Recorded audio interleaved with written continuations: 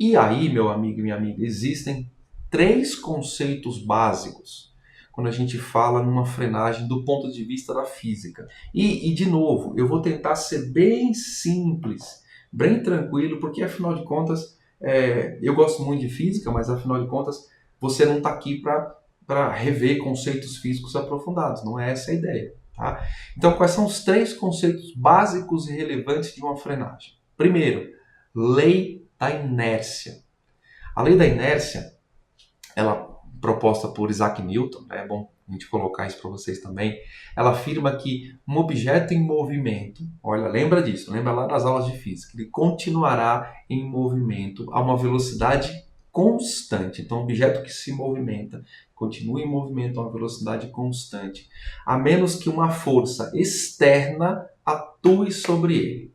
Então, no contexto da frenagem, isso implica que uma motocicleta em movimento não diminuirá sua velocidade sem a aplicação de uma força contrária, ou seja, a força de frenagem. Primeiro conceito básico para a gente falar de uma frenagem traseira é entender sobre a lei da inércia. Então, isso é muito importante porque essa força externa que vai atuar sobre o corpo que está em movimento, que tende a manter esse movimento, é a força da frenagem. Por que isso é relevante? Porque agora a gente tem um elemento que a gente sabe que vai quebrar essa tendência gerada pela força inicial de manter o corpo em movimento. Isso é muito importante.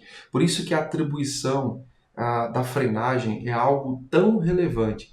Mas lembre-se que essa aula, que aliás, galera do Instagram, estou transmitindo ao vivo lá no YouTube, essa aula ela é relevante porque a gente contextualiza o freio traseiro.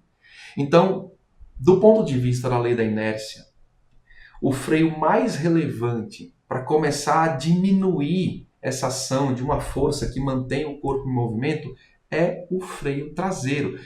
Entenda o que eu vou falar. O freio traseiro é relevante para diminuir a ação dessa força de movimento. Tá bom? Diminuir, apenas diminuir. Certo? Agora a gente já tem o primeiro grande elemento da noite. Segundo conceito básico relevante do ponto de vista da física, para a gente colocar dentro da frenagem, é a força de atrito. Então veja, a força de atrito entre os pneus e o pavimento, a estrada, a rua, ela é crucial para uma frenagem eficiente. Essa força ela depende da aderência dos pneus, da superfície, e ela é representada por uma coisa chamada coeficiente de atrito. Então, por exemplo, condições como piso molhado, sujo ou irregular afetam significativamente essa força e, lógico, que afetam o coeficiente de atrito. Ponto. Tá? Terceiro conceito muito relevante sobre frenagem e amplamente aplicado quando a gente fala de frenagem traseira. Tá? Então, hoje é uma aula de frenagem traseira. Tá? Transferência de peso. Na verdade, a transferência de peso, ela tem contexto, ela se reverbera tanto para a frenagem traseira como dianteira, mas em especial ela está muito ligada à frenagem traseira. Tá? A transferência de peso durante a frenagem é uma desaceleração e essa desaceleração provoca uma transferência virtual de peso de trás para frente da motoca. Então, basicamente, a transferência de peso nada mais é do que a gente, hipoteticamente, criar uma figura de divisão da moto em dois eixos, onde há uma concentração de peso real aqui atrás, e este peso, somado ao conjunto total da moto, quando é gerado um movimento, cria uma massa, uma zona de energia. Quando a gente fala de transferência de peso, a gente não está esgotando que o peso daqui de trás vai integralmente para frente, ele permanece por um ponto. Mas o que basicamente a gente está dizendo é que essa energia gerada pela lei da inércia, energia cinética de movimento, ela é rebatida de trás para frente. Isso é muito relevante. Isso significa que a roda dianteira ela suporta uma carga maior. E é justamente por causa dessa transferência desse suporte de carga maior, que a gente tem um aumento de eficiência na frenagem.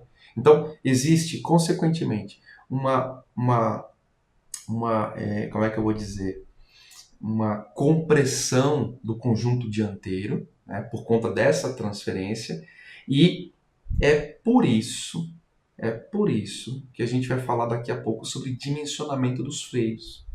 Então, compreenda, isso aqui é muito importante.